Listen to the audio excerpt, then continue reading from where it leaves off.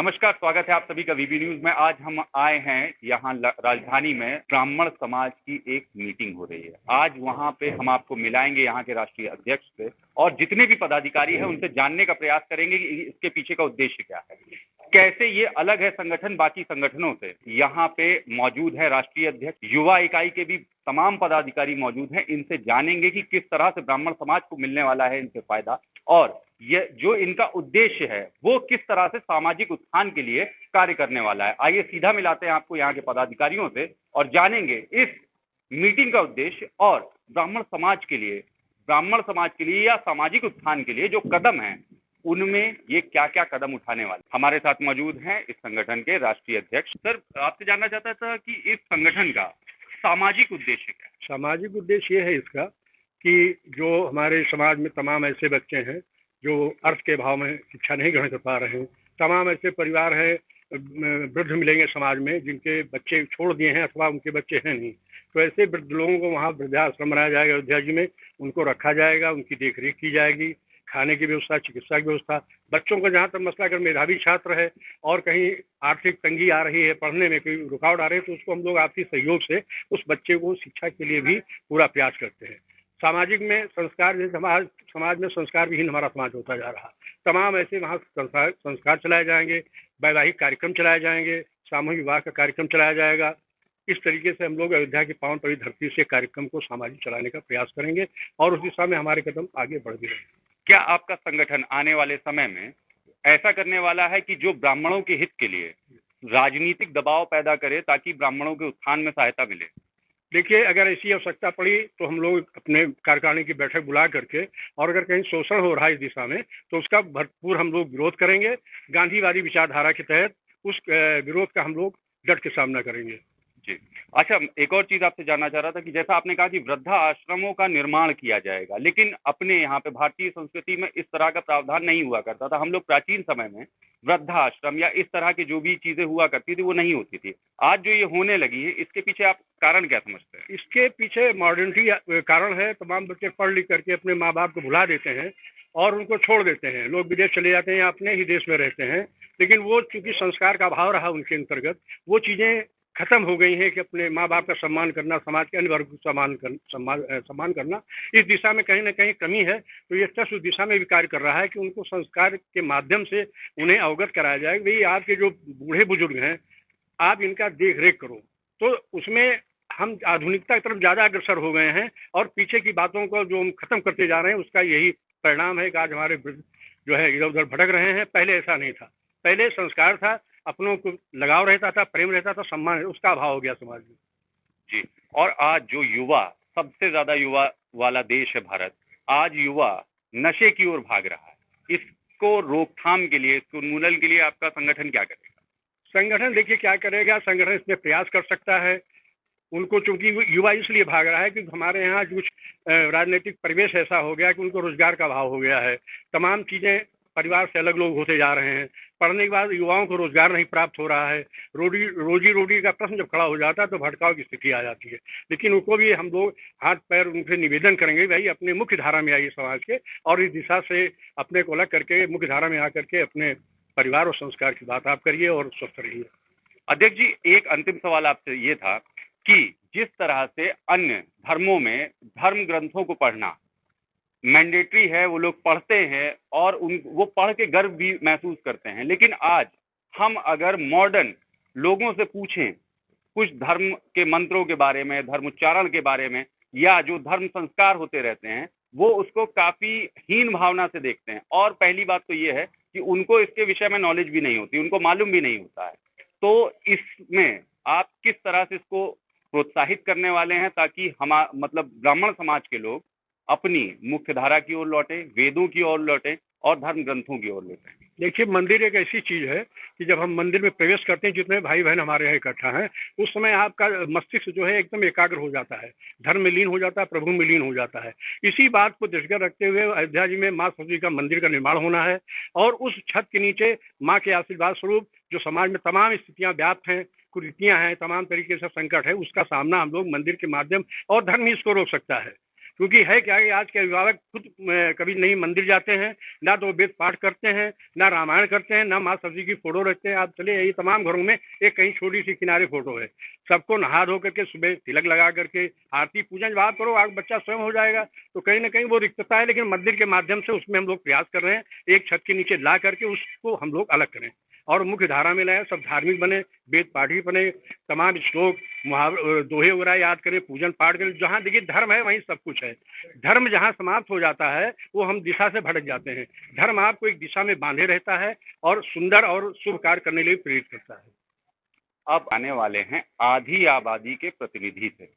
जी हाँ, मैं बात कर रहा हूँ महिलाओं की, क्योंकि यदि इनका योगदान हमारे जीवन में, हमको सामाजिक बनाने में, हमको शिक्षित बनाने में, और एक चीज है कि हमारे यहाँ पे यदि भगवान शिव ने अर्धनारीश्वर अवतार लिया है तो उसमें भी 50% योगदान इन्हीं का ही। अब सीधा मिलते हैं और जानते हैं इनसे कि ये क्या करने वाले हैं महिलाओं के उत्थान के लिए, स्पेशली ब्राह्मण समाज की महिला।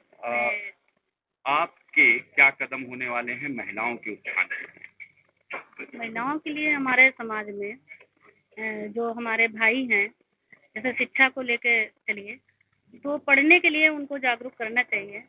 ये नहीं है कि बाहर नहीं निकलना है उनको, बस 10th कर लिया, हाई स्कूल 11th कर लिया और बस शादी कर दी। जब तक अपने पैर पे लड़की ना खड़ी हो जाए तब तक शादी नहीं करनी चाहिए। और उधर जो लड़के वाले हैं, कभी झूठ नहीं बोलना चाहिए। समाज में हमारे जो है बहुत लोग झूठ बोल के शादी कर देते हैं, फिर उनको उसी तरीके से रखना होता है जैसे रखते हैं। और जो हमारे अध्यक्ष जी ने कहा उनकी हर बात से हम लोग सहमत हैं। जो आदेश करेंगे उसका हम लोग पालन करेंगे। अब आपको मिलाते हैं यहाँ के जिला अध्यक्ष से, देखेंगे कि जिले के लिए नहीं बल्कि पूरे पूरे समाज के लिए माननीय जिला अध्यक्ष जी क्या करने वाले हैं, उनका विजन क्या है। सीधा जानते हैं, युवा भी हैं और चेहरे पे तेज भी है। आइए सवाल पूछते हैं, देखते हैं क्या जवाब देते हैं। जिला अध्यक्ष जी, ये बताइए कि युवाओं के लिए आपका संगठन क्या करने वाला है? देखिए, ये जो पूरा प्रोग्राम रखा गया है ये हमारे युवा शक्ति आशीष जी के द्वारा ही रखा गया है और इसमें हमारे राष्ट्रीय अध्यक्ष और सभी पदाधिकारी उपस्थित हुए हैं। जैसा कि आप देख पा रहे हैं, प्रेजेंट टाइम की हम बात करते हैं, अगर डबल इंजन की सरकार है मोदी और योगी जी की, तो जिस तरह से पूरा भारतवर्ष राम राज्यमय नहीं हो रहा है, पूरा वैश्विक पटल राम राज्य हो रहा है। इसी उद्देश्य को रखते हुए जिस तरह से हम लोग युवा में संस्कार डाल रहे हैं, उसी तरह से हमारा भट्ट ब्राह्मण समाज भी संस्कार डाल रहा है। इस प्रकार से आगे हम लेकर के जा रहे हैं कि युवा इन संस्कारों को ग्रहण करे। जब उसको सीखेगा, देखेगा, जब संस्कारित होगा तो कोई भी, जैसा आपने उदाहरण दिया कि वैवाहिक स्तर पे समस्या आती है, पढ़ने में समस्या आती है, रोजगारी बेरोजगारी में समस्या आती है, तो वो चीजें कहीं ना कहीं कम होगी। सरकार से बस एक ही प्रार्थना करना चाहते हैं कि ब्राह्मण वर्ग के जो युवा हैं, जो मेधावी छात्र हैं, उनको कृपया आरक्षण की भट्टी में ना झुकें, उनको उचित मार्गदर्शन करते हुए उनका उचित योगदान दें और उनको उस जिस स्तर के लिए वो समर्पित हैं उस स्तर पर उनको लेकर के आए जो लायक हैं।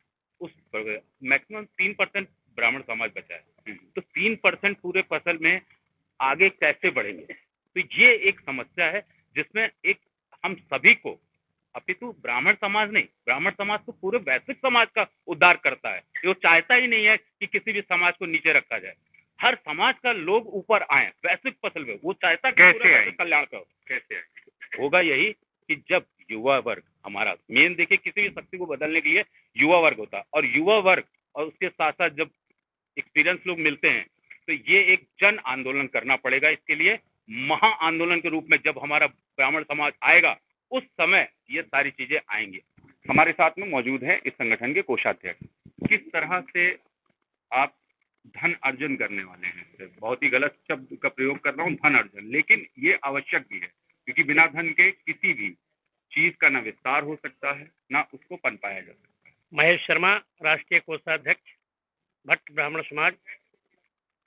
धन अर्जन करने के लिए हम पूरे भारतवर्ष में भट्ट ब्राह्मणों के अलावा अन्य सभी ब्राह्मणों से एक सूत्र में बंधने के लिए, और अयोध्या में जैसे मर्यादा पुरुषोत्तम भगवान राम का मंदिर बनके तैयार हो गया है, उसी प्रकार ज्ञान की देवी माँ सरस्वती का मंदिर बने और सारे ब्राह्मण समाज के लोग उसमें एकत्रित हों, शिक्षा हो, दीक्षा हो।